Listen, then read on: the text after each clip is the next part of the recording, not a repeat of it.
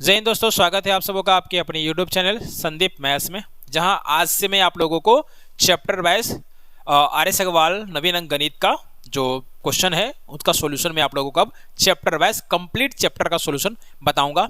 कुछ दिनों के बाद मैं लाइव आने का कोशिश करूंगा। अभी तो मैं फेस्टिवल जब तक है, छठ पूजा जब तक है, मैं लाइव तो नहीं आप लोगों को बताऊंगा, लेकिन फेस्टिवल जैसे ही खत्म होता है मैं आप लोगों को नवीन अंक गणित आर.एस. अग्रवाल के चैप्टर वाइज हर एक क्वेश्चन का सॉल्यूशन लाइव आकर के बताऊंगा, ठीक है ना। तो आज मैं जो चैप्टर स्टार्ट कर रहा हूं वो तो आपको दिख ही रहा होगा। स्पीड, डिस्टेंस एंड टाइम है, चाल, दूरी तथा समय। आप यहां पर देख सकते हैं आर.एस. अग्रवाल नवीन अंक गणित न्यू एडिशन बुक सॉल्यूशन, ठीक है ना। तो चलिए सबसे पहले चैप्टर को स्टार्ट करने से पहले कुछ फॉर्मूला आप लोगों को याद करना होगा। यहाँ पे आपका फॉर्मूला दिख रहा होगा, ठीक है ना। चाल बराबर होता है दूरी बटा समय। ये सारे फॉर्मूला का यूज मैं करूंगा क्वेश्चंस में, तो आप लोगों को डाउट नहीं होना चाहिए, क्योंकि ये फॉर्मूला आप लोगों को रट लेना होगा, ठीक है ना। उसी तरह से समय बराबर होता है दूरी बट्टा चाल, और दूरी बराबर होता है चाल गुना समय। यहां पर अगर आप देखें तो यहां पर एक ही फॉर्मूला है, ठीक है ना। यही हमारा मेन फॉर्मूला है। इसी फॉर्मूला से बाकी दो फॉर्मूला बना है, ठीक है ना। ये हमारा मेन फॉर्मूला है। इसी फॉर्मूला से समय और दूरी का फॉर्मूला भी आया है, ठीक है ना। और जो लास्ट में आपको फॉर्मूला दिख रहा होगा ये है औसत चाल का। औसत चाल यानी कि एवरेज स्पीड। तो ध्यान रहे, ये जो एवरेज स्पीड है वो क्या है। जैसे मान लीजिए कोई व्यक्ति पॉइंट ए पर खड़ा है और उसको जाना क्या है, बी पर। तो ए से बी गया वो एक्स के स्पीड से, पॉइंट ए से पॉइंट बी गया एक्स के स्पीड से, और पॉइंट बी से वापस आया ए पास एक्स के स्पीड से, ठीक है ना। तो गया एक्स के स्पीड से, आया वाई के स्पीड से, तो इसका जो औसत चाल होगा वो क्या होगा, तो उसका फॉर्मूला है ये 2 गुना एक्स वाई बटा एक्स प्लस वाई, ठीक है ना। ये चीज आप लोगों को याद रखना है, ठीक है। इसके बाद आगे हम लोग बढ़ते हैं।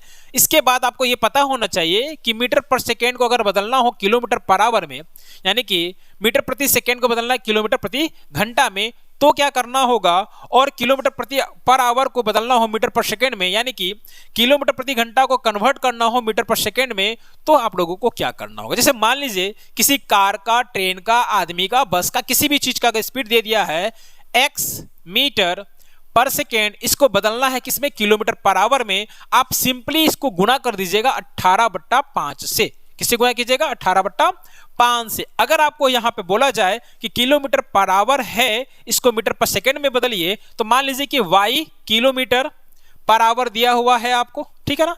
इसको कन्वर्ट किसमें करना है, इसको कन्वर्ट करना है मीटर पर सेकेंड में। तो मीटर पर सेकेंड में कन्वर्ट करने के लिए सिंपली आप इसको गुना कर दीजिएगा 5/18 से, ठीक है ना। क्या करिएगा, 5/18 से गुना कर दीजिएगा, आपका किलोमीटर प्रति घंटा जो है वो मीटर पर सेकंड में बदल जाएगा, ठीक है। तो ये चीज आप लोगों को याद रखना है। इस पर कुछ प्रैक्टिस हम लोग कर लेते हैं। देखिए यहां पर एक क्वेश्चन है, एक कार 1 सेकेंड में 20 मीटर चलती है, यानी कि इसका स्पीड कितना हो गया, 20 मीटर इन 1 सेकेंड, यानी कि 20 मीटर पर सेकेंड। तो इसको बताना क्या है, किलोमीटर प्रति घंटा में बदलना है। तो मीटर पर सेकेंड को किलोमीटर प्रति घंटा में अगर बदलना है तो सिंपली आप इसको गुना कीजिएगा किससे, 18/5 से। याद करने का तरीका बस इतना ही है कि मीटर पर सेकेंड जो होता है वो छोटा यूनिट है, और किलोमीटर प्रति घंटा जो है वो बड़ा यूनिट है, ठीक है ना। और 18/5 और 5/18 में बड़ा कौन, तो बड़ा है 18/5। तो 20 मीटर पर सेकेंड यानी कि मीटर पर सेकेंड को किलोमीटर पर आवर में बदलने के लिए 18/5 से क्या करना होगा, गुना करना होगा, ठीक है ना। छोटे यूनिट को बदलना है बड़ा में, तो बड़ा से गुना करेंगे, और बड़ा कौन है, 18/5। अब इसको सिंपली आप कर लीजिए, ये 5 से कटेगा ये 4 बार में, और 18 चौक क्या हो जाएगा, 72 किलोमीटर पर आवर, ठीक है ना। ये हो गया हमारा 72 किलोमीटर पर आवर। आगे बढ़ते हैं, क्या है यहां पर देख लीजिए, एक कार की गति 54 किलोमीटर प्रति घंटा है, इसकी गति मीटर पर सेकंड में कितनी होगी। The speed of a car is 54 kilometre per hour, what will be its speed in metre per second, ठीक है ना। इसका स्पीड आपको किसमें बताना है, मीटर पर सेकंड में बताना है। अब ध्यान दीजिए 54 जो है यहां पर क्या है, बड़ा यूनिट है। 54 जो है यहां पर क्या है, बड़ा यूनिट है, हमको बदलना है इसको छोटे यूनिट में। तो हमको क्या करना होगा, छोटा नंबर से गुना करना होगा। तो छोटा क्या हो जाएगा, 5/18, और 18/5 में छोटा कौन है, तो 5/18। तो इसको क्या करेंगे, 5/18 से गुना करें। देखिए कटेगा ये 18 कम 18, 18 तिया 54, क्या आया हमारा, 5 तिया 15 मीटर पर सेकेंड, ठीक है ना।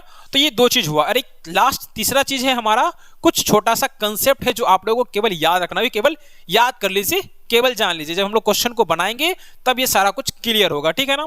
देखिए यहां पर क्या है, चाल का अनुपात और दूरी के अनुपात के बीच का संबंध क्या होता है, ये हम लोगों को जानना। तो ध्यान रखिएगा, अगर समय स्थिर हो, समय क्या हो, स्थिर हो, समय में कोई बदलाव नहीं हो रहा, जैसे मान लीजिए हमको बोला जा रहा है टी टाइम में राम, ठीक है ना, और टी टाइम में संदीप, ठीक है ना, टी टाइम में राम और टी टाइम में संदीप, ठीक है ना।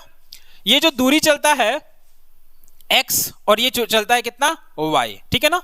राम जो चल रहा है वो x डिस्टेंस कवर कर रहा है और संदीप जो है वो क्या कर रहा है, y डिस्टेंस कवर कर रहा है। तो अगर आपसे ये पूछ दे कि चाल का अनुपात क्या है, तो ध्यान रखिएगा जिस अनुपात में इन लोगों का दूरी है, जिस अनुपात में इन लोगों का दूरी है, वही अनुपात चाल का भी होगा।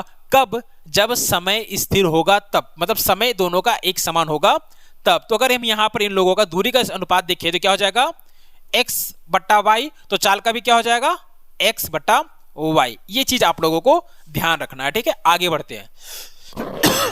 आगे क्या है, दूरी बराबर क्या होता है आपका, चाल गुना समय होता। मान लीजिए दूरी स्थिर है, ठीक है, मान लीजिए संदीप और मोहन, ठीक है ना, संदीप को भी x चलना है और मोहन को भी क्या चलना है, x ही चलना है। संदीप को भी x चलना है और मोहन को भी क्या चलना है, x ही चलना है। लेकिन इसका जो चाल है, इसका जो चाल है वो मान के चलिए ना m है, ठीक है ना। संदीप का चाल जो है वो क्या है, m है, और मोहन का चाल क्या है, n है, ठीक है ना। तो अगर संदीप का चाल और मोहन का चाल का अनुपात हम लोग देखें तो क्या आ जाएगा, m अनुपात n आ जाएगा। लेकिन अगर समय का अनुपात आपसे पूछ दे तो जस्ट उल्टा हो जाएगा, ठीक है ना, क्या हो जाएगा, n अनुपात m हो जाएगा। ये चीज आप लोगों को ध्यान रखना है। ये कब के लिए लागू होता है, जब डिस्टेंस एक समान हो तब लागू होता है, लेकिन अगर डिस्टेंस अलग अलग हो तो ये नियम लागू नहीं होगा। ये चीज आप लोगों को ख्याल रखना है, ठीक है ना। आगे बढ़ते हैं। अगला कंसेप्ट क्या है, अगर चाल स्थिर हो, ठीक है ना, अगर मान लीजिए संदीप का चाल m किलोमीटर पर आवर है और श्याम का चाल, ठीक है ना, श्याम का चाल जो है वो n किलोमीटर पर आवर है, ठीक है ना, सॉरी इसका भी m ही होना चाहिए ना, हाँ। संदीप का चाल अगर m किलोमीटर पर आवर है और श्याम का चाल भी m किलोमीटर पर आवर है, तो अगर हम कह दिया जाए कि संदीप चल रहा है x किलोमीटर और श्याम चल रहा है y किलोमीटर, तो इसका समय का अनुपात बताए। तो सबसे पहले आपको करना क्या होगा, इसके दूरी का अनुपात निकाले। दूरी का अनुपात क्या हो जाएगा, x बट्टा y हो जाएगा। तो जो दूरी का अनुपात होगा वही अनुपात आपका समय का भी होगा, यानी कि x अनुपात y ही होगा। तो ये चीज आप लोगों को याद रखना, ठीक। इतना जानने के बाद अब बहुत सारा कंसेप्ट है जो अभी हम लोग को और सीखना है, तो वो हम लोग क्वेश्चन को बना करके ही सीख सकते हैं। अगर आप सोचिएगा कि सर एक ये ले आए हैं इससे आधारित क्वेश्चन, अगर आप बता दें तो क्वेश्चन को हम लोग को मिक्स बनाना है, क्योंकि एग्जाम में जब आप बैठिएगा तो आपको ये पता नहीं होगा कि किस चीज पर आधारित क्वेश्चन है। तो जिस तरह से हम लोगों को एग्जाम में बैठना है उसी तरह से हम लोग अपना स्टडी को भी करेंगे। इसलिए मैं हर एक सिंगल, अब इससे रिलेटेड भी मैं क्वेश्चन 4-5 ठो ला सकता था, बट हम लोग मिक्स पढ़ेंगे ताकि ये सारा कुछ हमारे दिमाग में बैठ जाए, ठीक है ना। तो चलिए सबसे पहला नंबर क्वेश्चन हम लोग यहाँ पर सोल्व करते हैं, ठीक है। देखिए ये आर.एस. अग्रवाल नवीन अंक गणित का आर.एस. अग्रवाल का पहला क्वेश्चन है, ठीक है। एग्जाम्पल नहीं, मैं एक्सरसाइज का क्वेश्चन लेकर के आया हूं, ठीक है। तो देखिए यहाँ पर क्या है, देखिए कब का क्वेश्चन है, तो IBPS का PO का है, 2020 का क्वेश्चन है, ठीक है ना।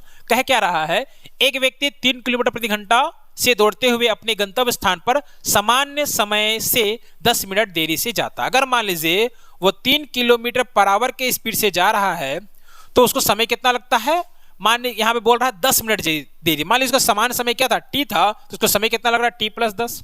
आगे कहता है यदि वह अपनी गति 1 किलोमीटर प्रति घंटा बढ़ा दे, यानी कि 3 से बढ़ाकर कितना कर दे, 4 किलोमीटर पर आवर कर दे, तो समय उसको कितना लगता है। तो देखिए यहाँ पे कह रहा है वह अपने गंतव्य स्थान पर 15 मिनट पहले पहुंच जाता है, पहले पहुंच जाता है, यानी कि समय उसको 15 मिनट लगता है कम, ठीक है ना। तो यहाँ पर कह रहा है उस व्यक्ति उसके गंतव्य की दूरी ज्ञात कीजिए। तो गंतव्य का दूरी को अगर हम लोग मान ले d किलोमीटर, यहाँ पे d किलोमीटर हो जाएगा, यानी कि d किलोमीटर का डिस्टेंस 3 किलोमीटर पर आवर से जाने में उसको कितना समय लगता है, t+10। उसी तरह से d किलोमीटर का डिस्टेंस 4 किलोमीटर पर आवर की स्पीड से जाने से समय कितना लगता है, t-15, ठीक है ना। अब हमको बताना है d का वैल्यू, ठीक है ना। अब यहाँ पर ध्यान दीजिए कैसे बनाएंगे। तो सबसे पहला बात तो ये है, अगर हमको समय निकालना हो तो क्या करना होगा, समय बराबर दूरी बट्टा चाल। दूरी हमारा d और समय हमारा चाल हमारा 3। उसी तरह से सेकंड केस में दूरी हमारा d और चाल हमारा कितना, चाल। तो दूरी बट्टा चाल समय, दूरी बट्टा चाल समय। अब ध्यान दीजिए यहाँ पर d को 3 से भागा दिया जा रहा है। जब छोटा संख्या से भागा देंगे तो इसका आंसर क्या आएगा, बड़ा आएगा, यानी कि ये बड़ा है और ये छोटा है, तो इन दोनों का डिफरेंस, ठीक है ना। यानी कि इधर वाला करना क्या, ऊपर वाले में से नीचे वाले को माइनस करना है। तो ऊपर वाले में से अगर नीचे वाले को माइनस करना, तो आप लोग जानते होंगे कि नीचे का साइन को बदलना होता है, ये माइनस हो जाएगा, ये प्लस हो जाएगा, ये लाइन खींचा जाएगा, तो टी टी कैंसिल हो जाएगा, क्योंकि एक टी के आगे प्लस, एक टी के आगे माइनस। लेकिन यहाँ पर 10 + 15 कितना हो जाएगा, 25 हो जाएगा, ठीक है ना। अब इसका जो वैल्यू हो गया कितना के बराबर हो गया, 25 के बराबर हो गया। अब एक चीज ध्यान देने वाली बात है, डिस्टेंस हमारा किलोमीटर में है और ये जो हमारा चाल है वो किलोमीटर पर आवर में है। तो ये जो हमारा समय दिया वो भी क्या आना चाहिए था, घंटा में आना चाहिए था, बट ये क्या है, मिनट है। तो इसको 60 से भागा देके आप घंटा में बदल दीजिए, ठीक है ना। अब हम लोग करेंगे इसको सोल्व, ठीक है ना। इस तरह का क्वेश्चन को सोल्व करना बहुत ही आसान होता है, ट्रिक का कोई यूज करने की जरूरत नहीं, हम लोग डायरेक्ट इसको बना सकते। देखिए 4 यहाँ आ जाएगा, 3 यहाँ आ जाएगा, तो 4D में 3D गया तो क्या बचेगा, D बच जाएगा। और नीचे वाले गुना करना, तो कितना, 4 × 3 = 12 हो जाएगा, बराबर में कितना आ जाएगा, 25/60, क्या आ जाएगा आपका 25/60। अब देखिए कितना आसानी से सोल्व हो गया, 12 का पहाड़ा में 5 बार में कट गया, ठीक है ना, और 5 का पहाड़ा में ये 5 बार में कट गया। हमारा आंसर क्या निकल कर आ गया, 5 किलोमीटर, ठीक है ना, जो हमारा ऑप्शन नंबर ए में दिया हुआ है। तो आज के वीडियो में मैं इतना ही बताऊंगा, अगले वीडियो से मैं आप लोगों को 10-10 करके या 5-5 करके क्वेश्चन का सॉल्यूशन करा दूंगा। देखिए 10-10 करके मैं तभी बताऊंगा जब मेरा जो वीडियो है उस पर व्यू का जो ड्यूरेशन हो वो थोड़ा सा ज्यादा हो, अगर वो ज्यादा होगा तभी मैं 10-10 करके बताऊंगा, अदरवाइज मैं 5-5 करके ही आप लोगों को सॉल्यूशन बताऊंगा। तो मिलते हैं नेक्स्ट वीडियो में आगे के क्वेश्चन के साथ। और ध्यान रहे इस बार से मैं अब्सेंट नहीं करूंगा, रेगुलर क्लास लूंगा और आप लोगों को चैप्टर वाइज एक चैप्टर को कंप्लीट सॉल्यूशन ए का भी और बी का भी करने के बाद दूसरे चैप्टर में जाऊंगा, ठीक है। तो मिलते हैं नेक्स्ट वीडियो में, तब तक के लिए जय हिंद।